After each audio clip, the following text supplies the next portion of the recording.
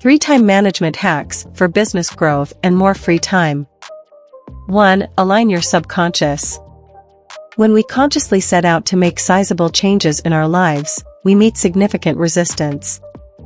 So when it comes to a conscious desire to improve our time management, work more efficiently and free up our time, we wind up looking for more to concern ourselves with, not less.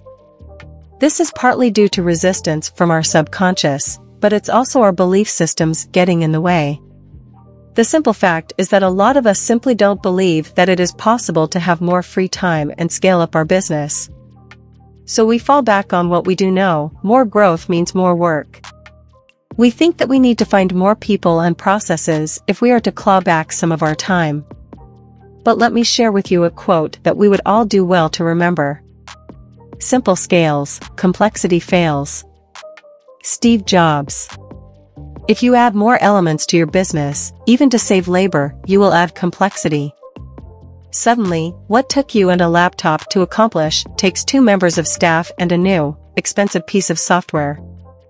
And when that doesn't work, who's going to wind up doing it anyway and having to fix said new process? Innovation is about saying no to 1,000 things. Steve Jobs. He was a smart man, that Steve Jobs, and he was right. You need to find ways to remove tasks from your day, not add them. To do that though, you first need to align your subconscious mind with the belief that that is achievable. There are lots of great ways to do this.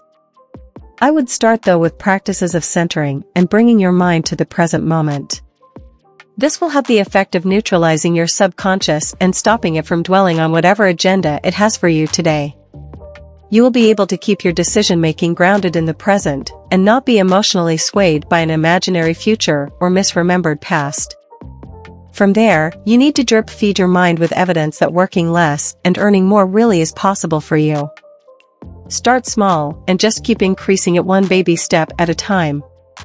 That way you'll avoid overwhelming your subconscious and the resulting shutdown while building steady momentum towards your goal. 2. Identify the tasks that yield the highest results. This probably seems obvious. Fair enough, but here's the thing: if it's so obvious, why don't we do it?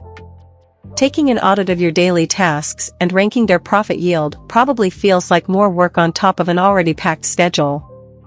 This is where, perhaps, finding outside consultancy would help. But either way, you need to find the time or resources to devote to this. I promise you though, it will free you up more than you think without affecting your bottom line. Think about how many tasks you perform daily, whether it's answering emails, producing reports, or taking phone calls. I bet you that the stress tends to come from those tasks that yield the least but cost the most, whether that's in time or money. As the Pareto principle dictates, 80% of your return is coming from 20% of your work.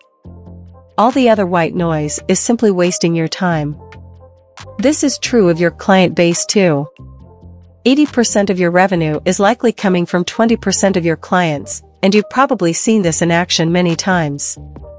There are those clients who squeeze you for all you're worth, while demanding that they pay you as little as possible.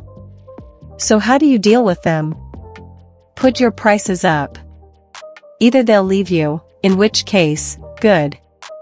Or you'll drag them into that 20%, thereby expanding it, at which point, you won't mind if they talk your ear off on the phone for hours, because they're paying for it. If you can make that 20% into 40%, you're at 160% output for less than half the work. You're welcome. 3. Create leverage over yourself. You know as well as I do that change is never easy. That's why you haven't managed it thus far. Despite your protestations and intentions, you've fallen back on the same patterns. Change is scary. It naturally creates mental blocks that cause inaction. That's why you need leverage to overcome them. The problem is that, at the moment, despite having to flog yourself half to death each week, you're still realizing 100% output, at least 100% of your max right now.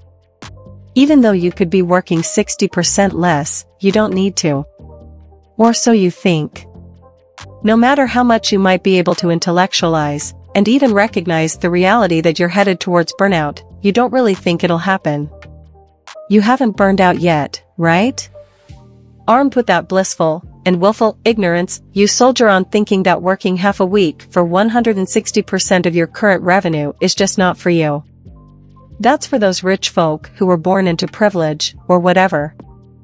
Yeah, great, except one day, you'll have to pay the piper. Nobody expects burnout. They don't see it coming. Ask anyone who has. They ignore the warning signs, thinking that they'll have plenty more notice before it happens. And then one morning, they can't get out of bed. Or worse, it comes in the form of a stroke or heart attack. Don't wait for the burnout.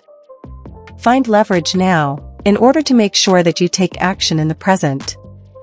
This could be by speaking to those who have burned out, or by consulting with a therapist or physician. Make the horror of burning out as real for yourself as possible, so that you have to take action now to avoid it. Time management is about giving yourself a life. You absolutely can free up a majority of your time while continuing to grow your business. You just have to do the work of aligning yourself with that intention, finding the leverage over yourself, and then taking the action. Don't wait for burnout. Don't keep flogging yourself over tasks, processes, people, or practices that aren't serving you. Remember that you can choose a more abundant, joyful, and purpose-driven life. Others do. You just need to connect with the right people and inner energy to make it happen.